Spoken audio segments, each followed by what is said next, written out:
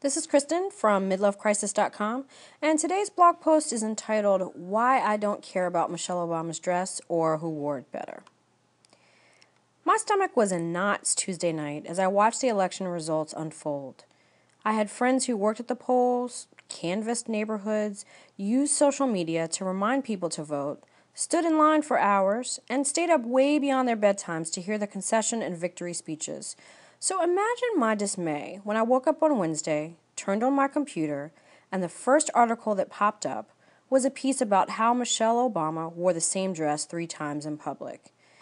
It is 2012.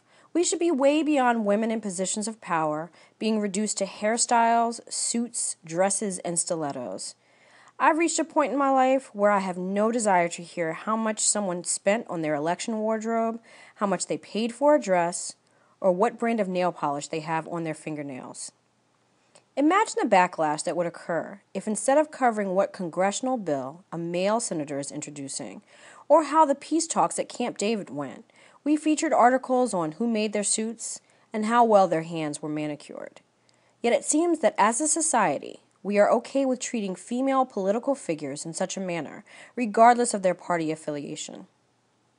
I wish I could say that this behavior was specific to politics or perpetrated by men only.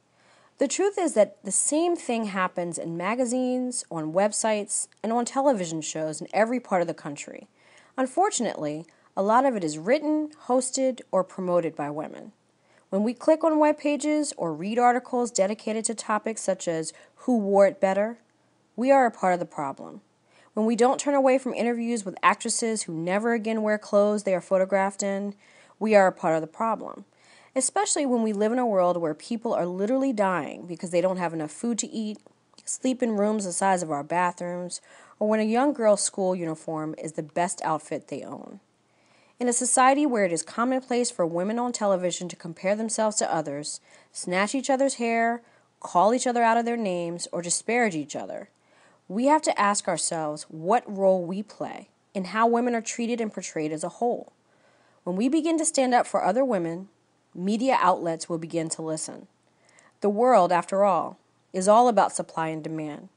When we demand better, we will be supplied with much better portrayals of women in all walks of life, from politics to the corporate world to everything in between. How can we demand better? Let's start with building each other up and allow the rest of the world to catch on to the way we treat our sisters, our friends, our daughters, and mothers. Here are 5 ideas. Number 1, stop bad-mouthing women you don't know. The next time you see a woman on the street that you'd like to take a picture of, post on Facebook or Twitter, and read what mean comments your friends have to say, don't. Instead, look for other women to pay a compliment to. Number 2, if the title of an article portrays a woman in a disparaging way or compares one woman's outfit, body type, or hairstyle to another, don't click on it. Companies make money off of the links you click on. Another option, in place of spending 10 minutes on a social media website, spend 10 minutes writing an email to the author or editor. Number 3, if you know a great friend or mother who works extra hard, offer to watch the kids for a night or send her to the spa for a massage. Think about whether you can forego that new purchase of something you may not absolutely need. Why not spend it on a deserving woman?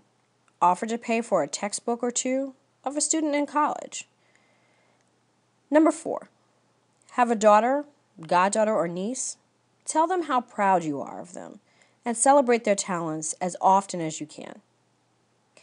Number 5, share positive stories of women instead of the ones about who cheated, who got kicked off of what reality show, or who's going through a foreclosure. Text them, tweet them, or post them on Facebook. This is Kristen from MidLoveCrisis.com. Thanks again for listening.